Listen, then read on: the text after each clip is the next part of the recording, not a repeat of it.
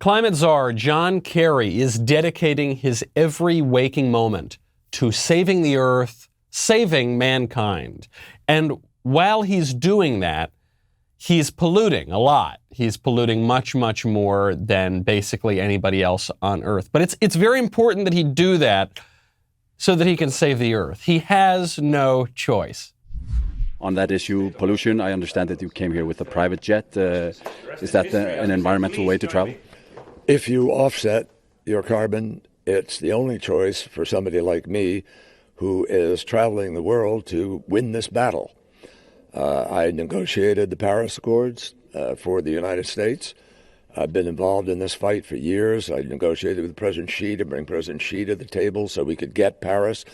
And I believe the time it takes me to get somewhere, I can't sail across the ocean. I have to fly to meet with people and get things done. But what I'm doing almost full time is working to win the battle of climate change. And in the end, if I offset and contribute my life to do this, I'm not going to be put on the defensive. I absolutely will not. It's the only choice for somebody like me, you mongrel. Do you think I'm going to step foot in a Toyota Yaris? Do you think I'll step foot in a G4, for goodness sakes? I'm not in the middle class. G6 or bust. I have no choice, insists John Kerry. I'm Michael Knowles. This is The Michael Knowles Show.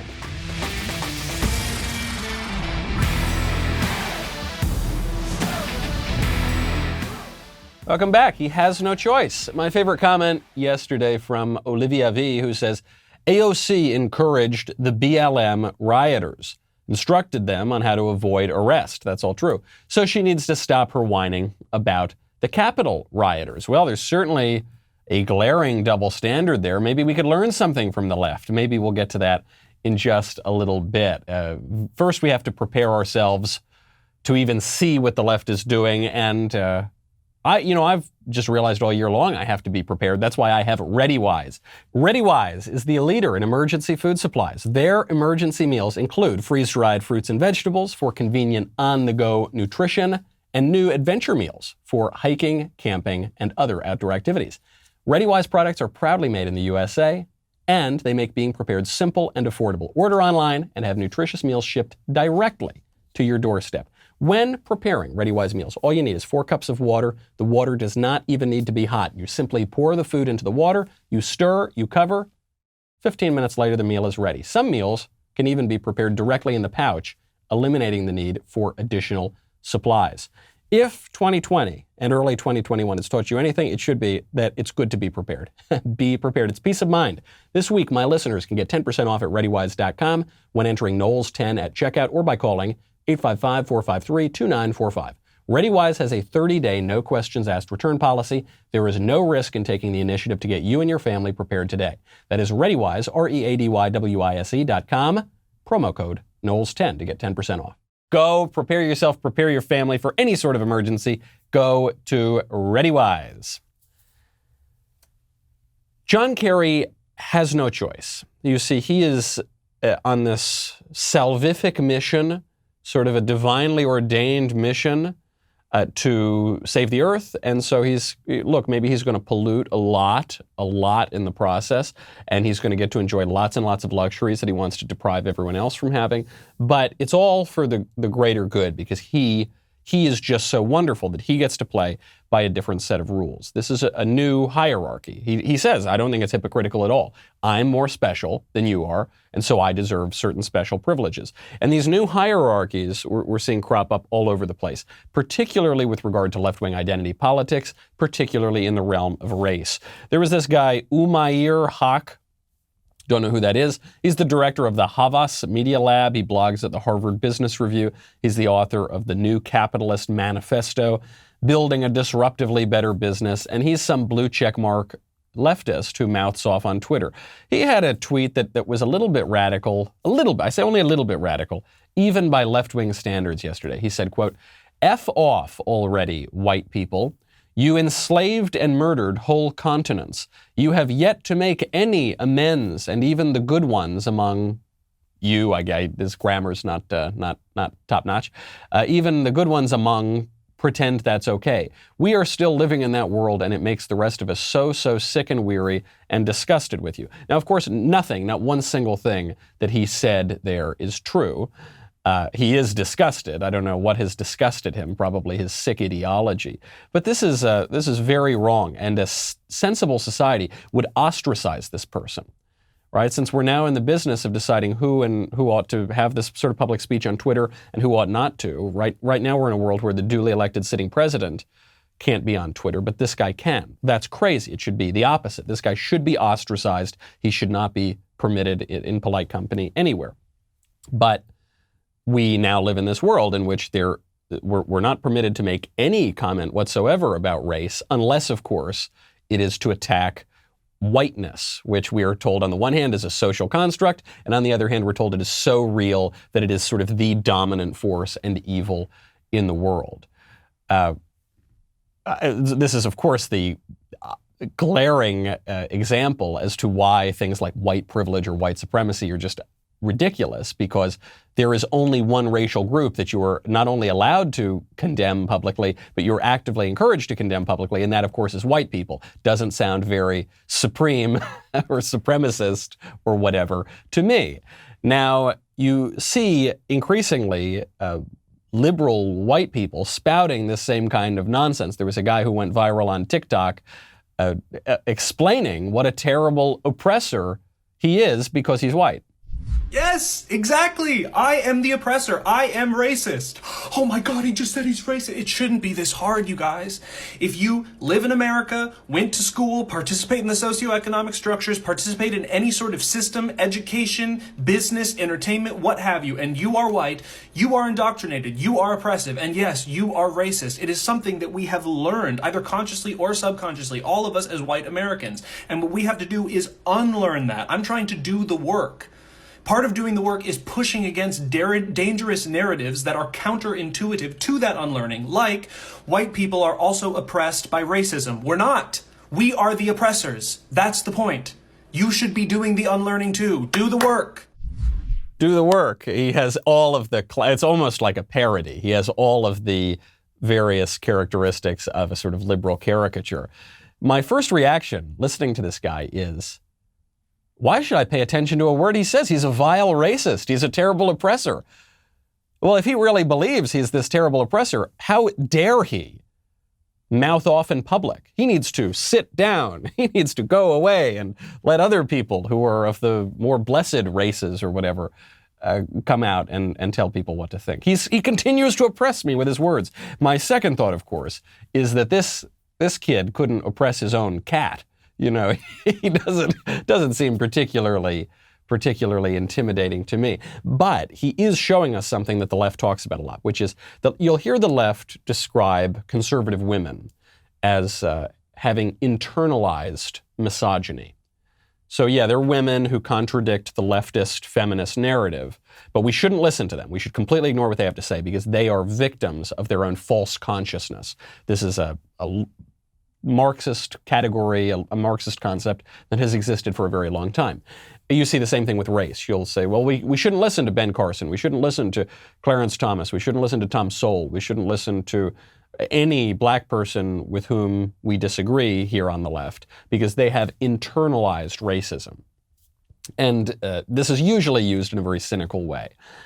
However, you know, it's so preposterous that someone like this kid could be more conscious, more aware, have higher faculties of reason than Clarence Thomas, you know, one of the greatest jurists of his age, or Ben Carson, one of the most brilliant physicians in history, you know, first guy to successfully separate twins conjoined at the head, right? But no, these liberal idiots, they know so much more. They're so much more conscious. However, there is a little something to it, right? Which is that this guy is a white guy, but he hates that he's a white guy.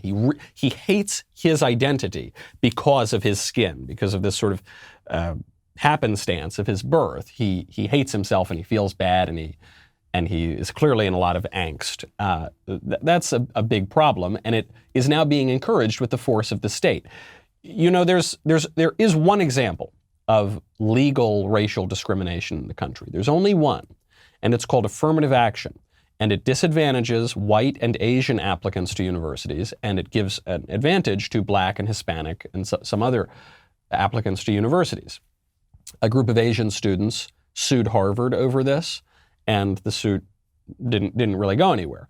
So during the Trump administration, the DOJ filed suit against Yale. Yale has the exact same practices, and they discriminate against white and Asian students. And it's funny because we live in this society where the only racial group that you're allowed to, castigate in public is white people. Usually this issue is framed on the Asian side of things. But the DOJ suit against Yale did focus on them. They said, you're not only discriminating against Asians, you're also discriminating against white applicants too.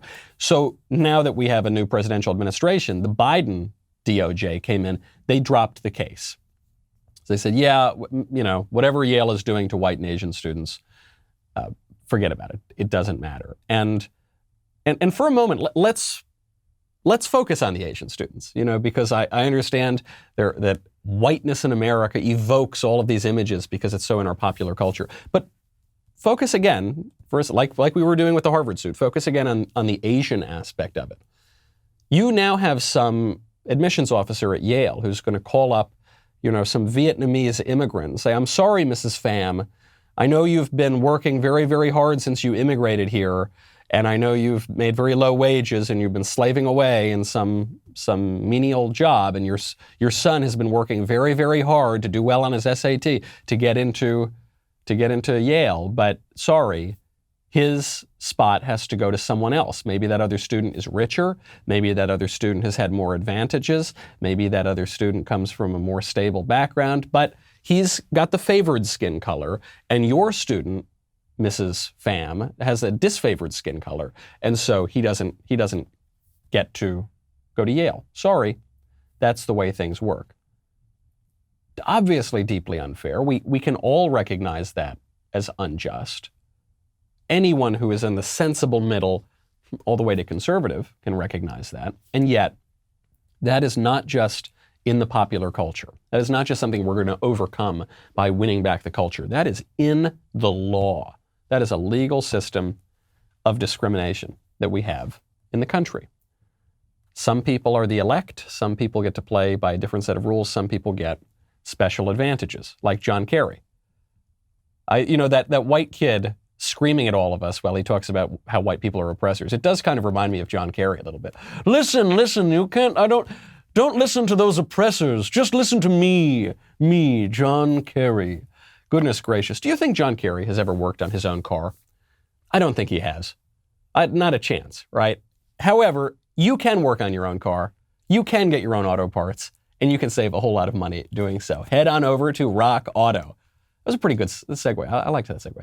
RockAuto.com is so much easier than walking into a store and someone demanding quick answers to things like, hey, is your Buick the XP5 or the 7Z3? I don't know. I just don't know any answers to those questions. I think they only ask them to intimidate me because they can tell by the cut of my jib I'm not the most familiar with auto parts. Then they go in the back.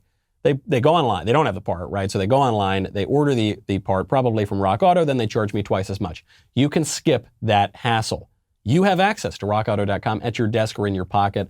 The RockAuto.com catalog is unique. It's so easy to navigate that even I can do it. They have reliably low prices. They have a phenomenal selection. They are a family-run company serving auto parts customers online for 20 years, which, by my calculation, is the entire history of online shopping, just about.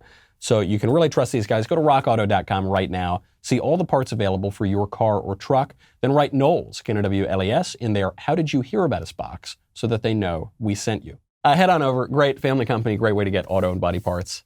We love them. Go to rockauto.com. Speaking of the official weight of the federal government, Jen Psaki, the White House press secretary, continues every few days at least to get one sort of slightly challenging question. And one that keeps coming up is on Joe Biden's Catholicism. Because Joe Biden says that he's Catholic, but he doesn't act like he's Catholic. This is why he was denied the Eucharist at a mass in North Carolina not so long ago. So they said, okay, hold on. This guy, Joe Biden, he's promoting all these crazy gender theories. He's promoting abortion. How is he Catholic? Jen Psaki gives the standard answer. You described him as a devout Catholic. Will he use his faith to guide him in any policy decision making? He does attend church nearly every weekend. And that's something that's important to him personally and to his family. And he's talked about the impact of his faith on healing and everything he's been through as a human being. So certainly it's a guide to him as a human being. What a creepy and weird answer. Simple question. Does Joe Biden's faith guide him in his public life? Yes, he goes to church. It guides him when he's at church. Yes, he does that. Right, but religion is not just about what happens from 8 to 9 a.m. on Sunday morning.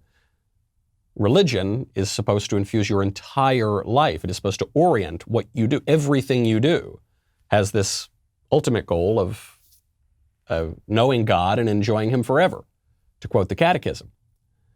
And she says, no, yes, in this portion of his life, in his private, in his personal, he's very Catholic, but in his public life, he's a complete degenerate. Yes, Sunday morning, he's a good little boy, but the rest of the week, he's a complete derelict. And this gets to a story that we touched on a little bit yesterday, Marilyn Manson's sex scandal. And I know it seems just like a kind of lurid Hollywood story. Marilyn Manson's sex scandal and the kind of answer that Jen Psaki just gave on religion, it actually gets to, I think, the central political question that we're all debating on the left and the right, and even within the right, which is, what is liberty? What does liberty look like? So Manson, he's accused of abusing women. And most of the accusations against Manson, by the way, are not that he, went down a back alley and ravaged some poor woman. It's that he was dating these women. He might have been engaged to a woman, but his behavior was nevertheless quite abusive.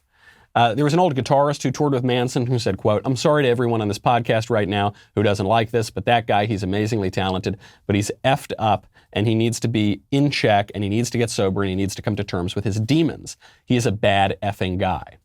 I don't know if Marilyn Manson did the things he's accused of or not, but there are multiple stories, and he is the nation's highest profile Satanist. So, seems plausible. Now you've got this guitarist who's saying it too. Very important. He says, look, he's very talented, but look, he's an addict. He's an alcoholic.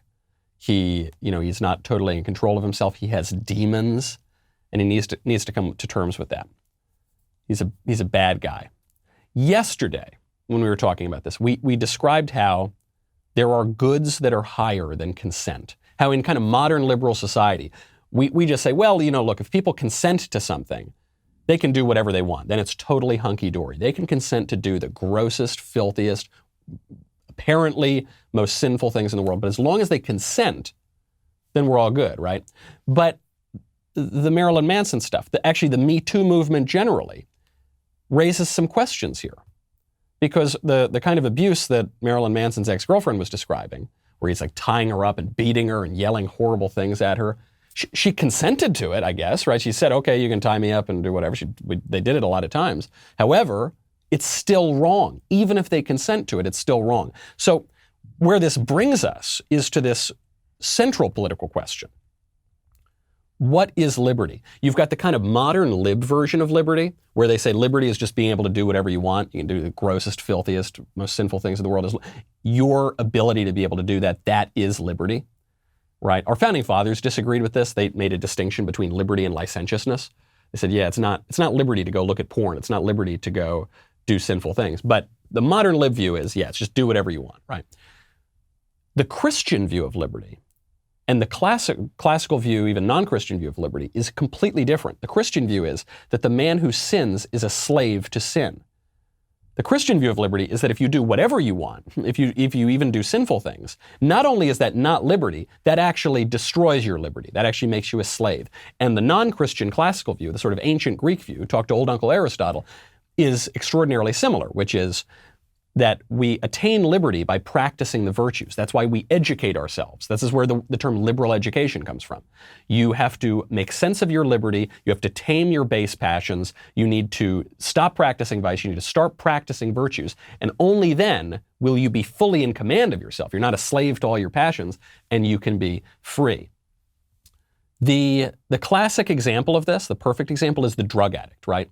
Let's say you got a heroin addict, right? According to the modern lib view of liberty, his perfect freedom is to be able to shoot up a bunch of heroin, right? However, if you think about a heroin addict who's jonesing for a fix, do you think that guy is free? I don't think so.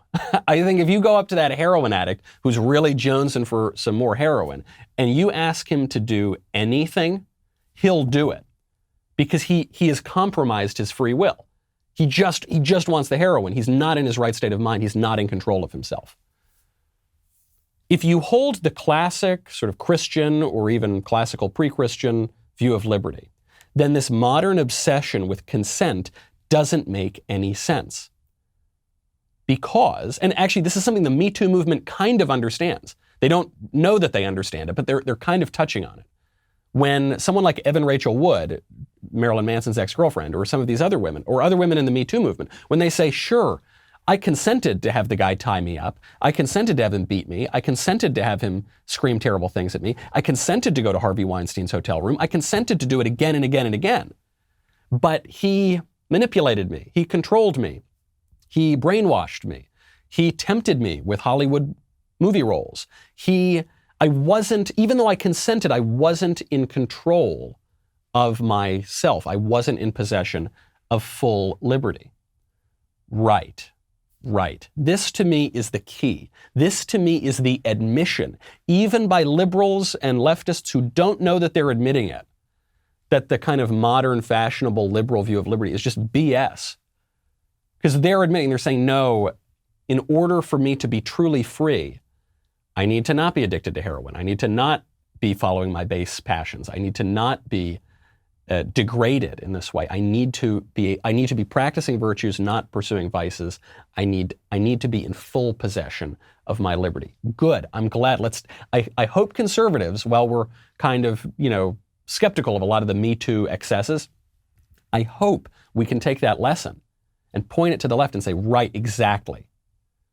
That the conservative version of liberty is the right one. And that is why you don't get to do all your crazy things that you want to do. That is why during the pandemic, during COVID, we should close the drug shops in San Francisco and Los Angeles. We should close the marijuana dispensaries and keep the churches open. I know what we've done is the opposite. What we've done is keep all the head shops open and close the churches. But no, we can't do that. That's not what liberty is. That is not in the American tradition. That is not going to lead to flourishing. Even you liberals are admitting it right now. This question of free will keeps coming up and up and up. You'll hear this so much from the Biden administration. You'll hear this so much from really any liberal government, I think, moving forward, at least for the foreseeable future, is they're going to say, look, we're not implementing crazy new policies. We're not transforming America. We're just going back to normal. We have no choice. We are following progress. You hear this when they mention the right side of history. We are riding progress. We can't control progress. Progress is moving in a predetermined direction. And you're either on progress or you're standing against progress. We have no choice. We have to pass all these pro-abortion laws. We have to do it. It's progress. We have to grab much more power for the federal government. It's progress. It's science. Science is the other part of it. It's kind of the same thing, but different words. The science dictates you have to give up all of your liberties. I have no choice. I'm just like John Kerry with the private jet. I can't do the things that are absolutely 100% demanded of me by history and by progress and to save the world unless we follow this radical leftist agenda. Joe Biden is making this point explicitly. He's been signing, 40 some odd, maybe more at this point, executive orders. Well, he's making this point explicitly from the Oval Office. He's saying, I have no choice. Folks, when we want to take back the culture, you've got to engage. You've got to participate in conservative institutions. If you participate in the liberal institutions, you are going to be following the liberal policies. Don't do that. Break free of that. Join Daily Wire, okay? You can get 25% off a new Daily Wire membership with code RHF. That is fading fast, so you got to sign up today. Watch our first feature film, Run, Hide, Fight. Run, Hide, Fight is opening the door into the entertainment ventures that we're making. The critics absolutely hate it. The audience absolutely loves it. That's the kind of ratio that I want. Head on over, 25% off your membership. This promo is only available through the weekend. This is your last chance. RHF for 25% off. Join the Daily Wire today. We'll be right back with a lot more.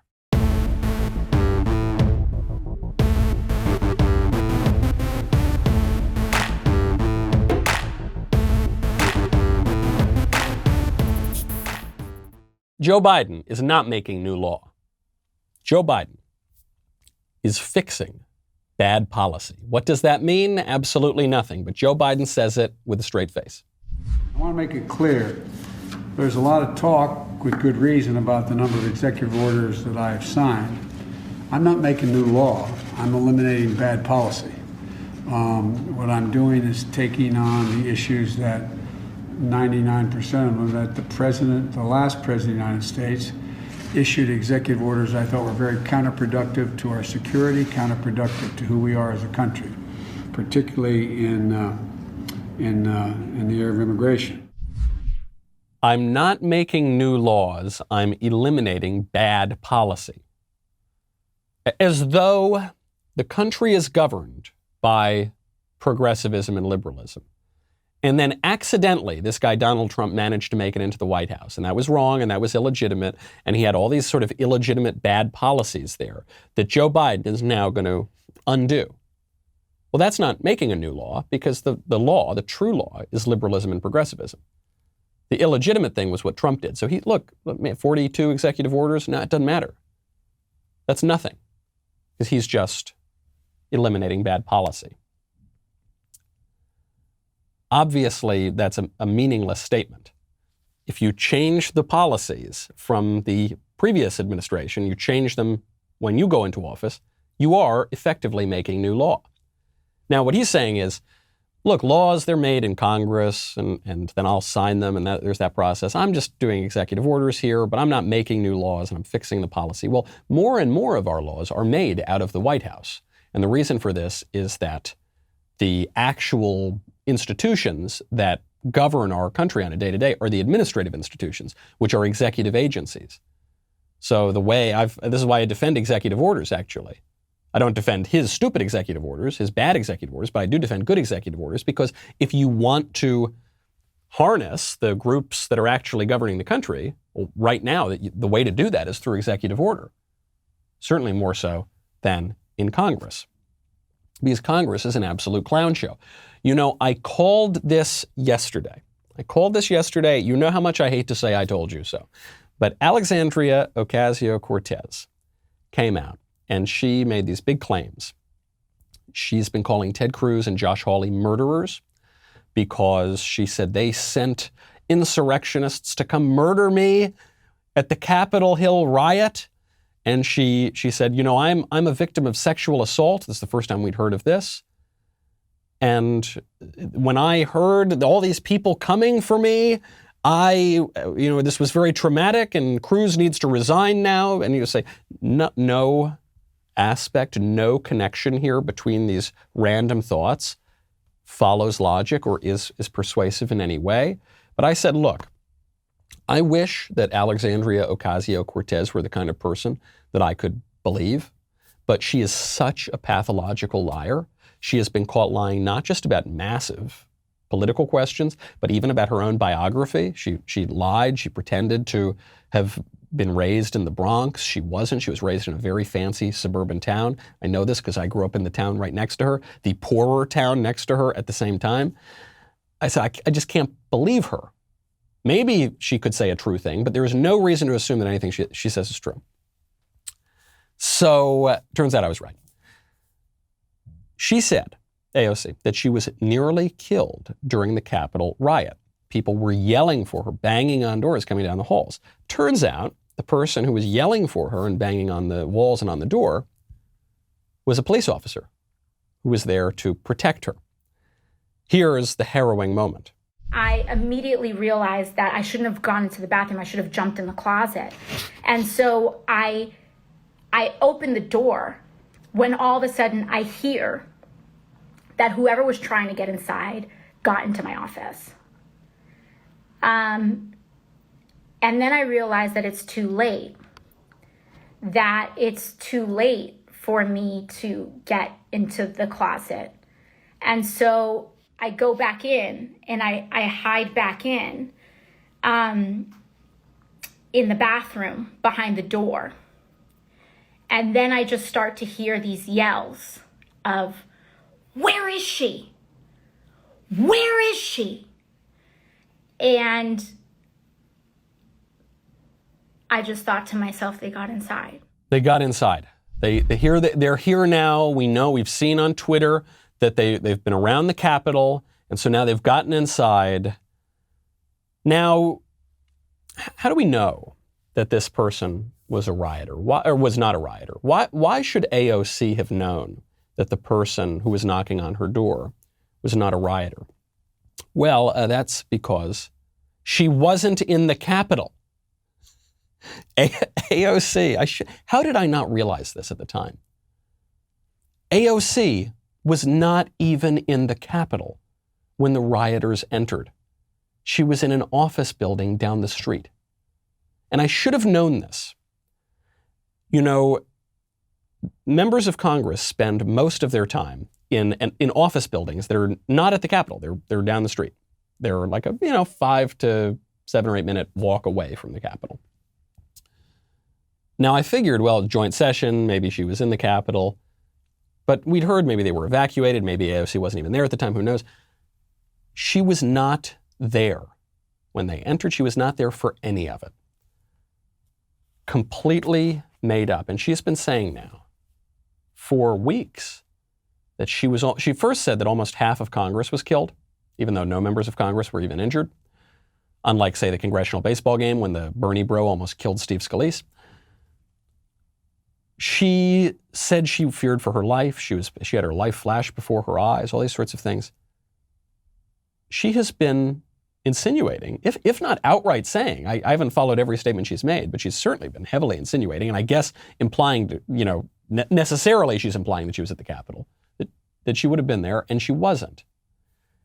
I understand that vanity and dishonesty are occupational hazards of politics. This is especially true of members of Congress.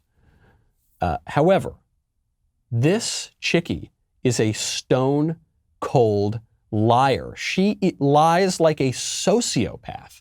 I've never seen anything like it. Even, Joe Biden is another one like this. Joe Biden tells lies like they're nothing. This is why he had to drop out of the 1988 presidential race. Because it's not even the kinds of lies he told. Joe Biden never went on TV and was crying and saying, "This senator tried to murder me," and he didn't do that kind of thing. But it was unsettling, not because of the quality of the lies, but because of the ease with which he told them. Joe Biden will lie about anything, like it's second nature to him, and it's second nature to AOC too. There is no reason to believe anything she says. I know a good number of politicians, and if some politicians want to bend the truth or they want to put some spin on, which goes with the territory, the vast majority of them that I've known have not wanted to outright lie. That's always a rule. Don't lie, because maybe you get caught in the lie, and that AOC doesn't matter. She will lie about anything. Which brings us to a question that the left-wing media are really trying to gin up and make the central issue. I don't even want to address it because I think this is a trap. I think this is a complete op by the liberal media, and I think it's so dishonest that I don't want to address it. So I'm going to speak hypothetically here. Let's say, hypothetically, and you can read between the lines, hypothetically, there's some kooky Republican congressman who says things that are pretty kooky, kind of crazy sometimes, right?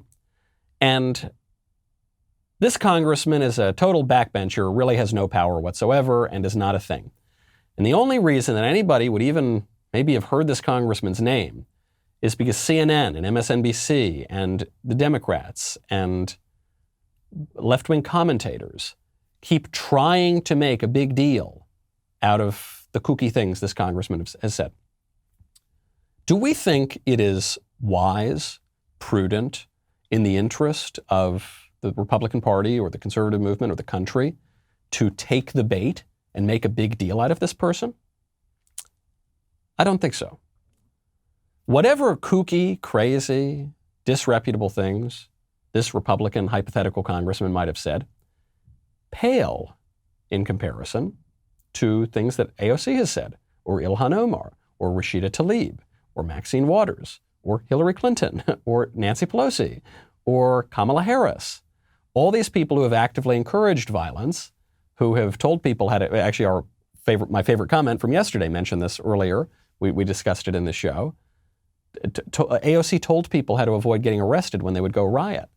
Maxine Waters told people to commit violence against Republicans. Kamala Harris bailed out violent rioters from left-wing riots. We never see the left doing this sort of thing. We never see the left taking the bait, focusing in on their own people, wringing their clothing and rending their garments and gnashing their teeth over their own major political figures, to say nothing over their minor political figures. It would seem that this is only a big deal because the left is trying to make it a big deal. And let's say, hypothetically, there's some kooky, crazy congressman. And we get rid of that congressman. We totally come out again. We take the bait, we make a big deal out of it. Do you really think that the left won't just find somebody else and make us do the same thing to them? There might be some practical politics we can learn here from the left, which wields political power much more effectively in this country than conservatives do. We might be able to learn some political tricks without having to compromise our principles or compromise our integrity or compromise our morals. Maybe we could just get a little bit better at politics. But maybe we can't. John Kasich, that's enough of my hypothetical, very hypothetical scenario here. John Kasich, who is a liberal Republican, whose chief strategist was John Weaver, just mentioning that. John Kasich is now going on CNN. His job is to tap dance for the liberal establishment. His job is to play the court jester in the kingdom of liberalism. He went on CNN recently and said that the GOP will die if it remains the party of Donald Trump, rather than, say, the party of liberal squish John Kasich.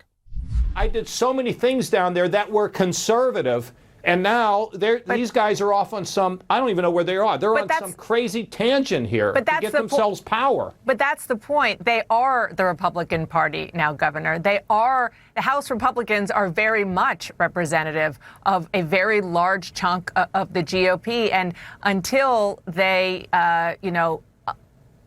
unless they do something to say these views are not okay, and yes, they're speaking out, but take action about it, then talking about conservative fiscal responsibility and all those things, it gets drowned out, don't you think?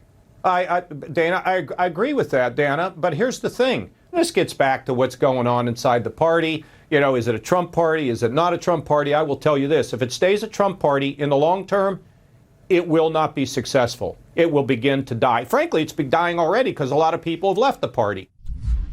This coming from John Kasich, who, you'll recall, defeated Donald Trump in the 2016 primaries and then defeated Hillary Clinton and became president, right? Is that what happened? Oh, no, it's not. Trump beat Kasich and then Trump beat Hillary. We were all told, remember, that no Republican was going to beat Hillary. We were told Hillary was going to win 99%. with 99% certainty by some analyses when Trump got it. But even Kasich, does anybody really believe that John Kasich would have won in the general election? No, of course not. But we're told if we don't ditch Trump and the sort of things that Trump said and stood for and the kind of attitude that Trump had, then we're going to die. We're already seeing people flee the party. Donald Trump did better among many, many voters than Mitt Romney did. Well, part of the evidence of this is that Romney lost and Trump won. But even in 2020, when you look at those exit polls, remember we were told Trump is going to get blown out by the white suburban women. They're fleeing. I don't know. All the white suburban women I know really like Trump. But we were told, the white suburban women, and he's going to lose among black voters, and he's going to lose among Hispanic voters, and he's going to lose among this and lose among that. What happened? Do you remember from the exit polls? Trump gained with every single voter identity group except for white dudes. Totally the opposite of what we're hearing from the GOP establishment. And listen to what CNN says to their gelded little Republican John Kasich. They said, look, John, your awful party, if we want to get back to fiscal responsibility discussions, that will permit. but we can't have Trumpism. You know, we can't discuss immigration or manufacturing jobs or bioethics or patriotism or, you know, anything that actually matters. John, it's perfectly fine for you little castrati Republicans to discuss fiscal policy and tax cuts, but you are not allowed to talk about things that actually matter to people that the left doesn't like. This gets down to a battle for who is going to lead the Republican Party. We've discussed over the past week or 2 weeks that there's a fight right now for GOP leadership in the House. The person who is in GOP leadership, even though it's a small role to chair the Republican caucus, is Liz Cheney, daughter of Dick Cheney. Liz Cheney voted to impeach Donald Trump. This was a very stupid vote. There was no reason. This was, by the way, I have to clarify because Trump was impeached 2 times. Both were preposterous, but the second one was even more preposterous than the first. They impeached him for inciting an insurrection. Obviously, he didn't do that. We have it on tape. Before, during, and after the insurrection, he's saying, "Be peaceful. Don't insurrect," whatever. But because there was a riot, they impeached Trump for this. The left actually incited riots and encouraged riots and bailed out the rioters. Prominent leftists, one of whom is now the Vice President of the United States. Nope, no impeachment, no removal, no censure. But Donald Trump doesn't do any of that. And this lady, Liz Cheney, decides to vote to impeach him. Okay, stupid vote, but whatever. That's her conviction, and she's got the courage to carry it through. This is a very unpopular position in the Republican Party, and yet she's demanding to remain in leadership. So there were big threats to this. Matt Gaetz was flying around the country saying we need to boot Liz Cheney out of leadership. She's managed to cling to leadership. There was a vote last night. The vote was 145 to 61. House members voted to keep her in leadership. Now, the key here is it was a secret vote. It was not a public vote. And this was the trick that was always going to permit Liz Cheney to remain in leadership. I said this days ago. I said Liz Cheney is probably going to stick it out, but it doesn't bode well for the Republican Party. If this had been a public vote, do you think Liz Cheney would have won? No way. Because congressmen would have had to go on the record and say, yes, I want the politics of impeaching the Republican president over nothing. I want the politics of rolling over for the left. I want the politics of returning to the time when Republicans lost and lost and lost and frankly didn't even care about most of the issues that the base cares about. That vote would have been unacceptable to a huge portion of the GOP base. There would have been a lot of primaries. And so that's why they had to conduct a secret ballot, because now we don't know who voted for and who voted against. I bet if you took Republicans and trotted them on, Republican members of Congress, and trotted them on the Sunday shows and asked each and every one of them, did you vote to keep Liz Cheney in leadership? You'd see those numbers change dramatically. You'd see numbers at least flip, I think. You would not have 145 Republican congressmen coming out and saying, yes, I support Liz Cheney.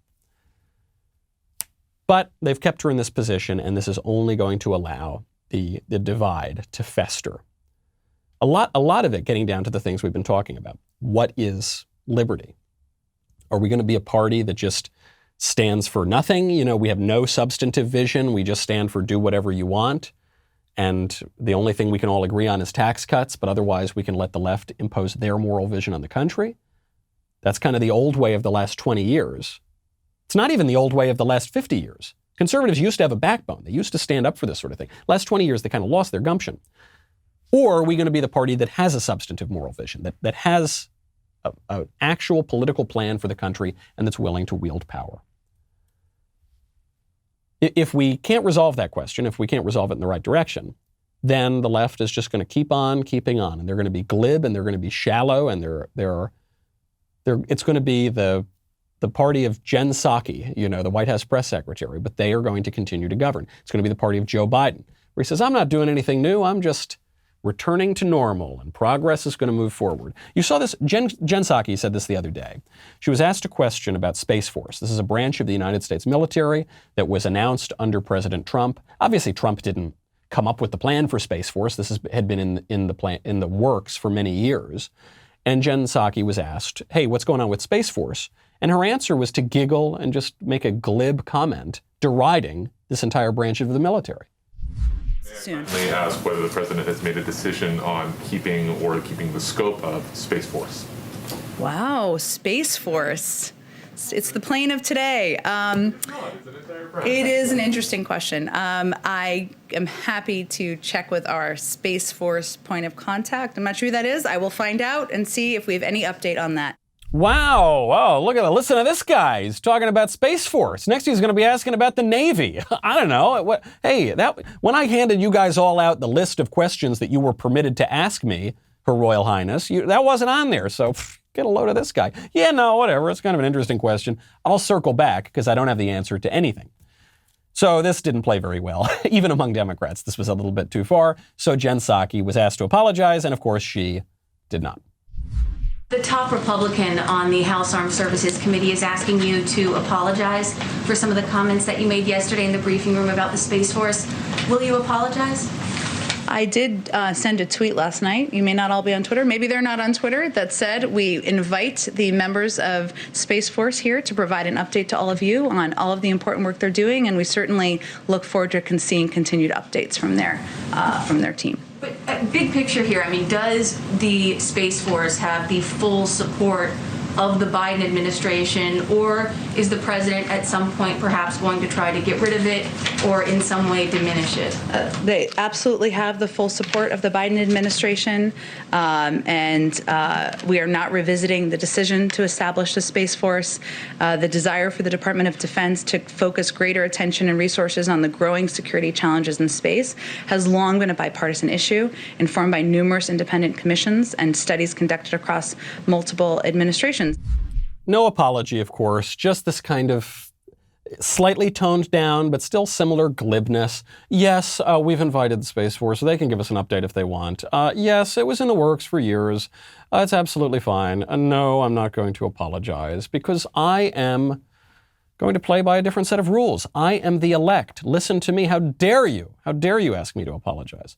How dare you ask me to apologize for my private jet? Don't you know who I am? I have no choice.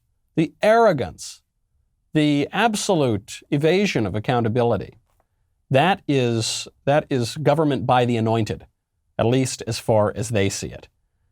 But it's not inevitable. We do have a choice if we can figure out what exactly our free will, what exactly our traditional American liberty is, what it actually means, and how to use it. I'm Michael Knowles. This is The Michael Knowles Show. See you tomorrow.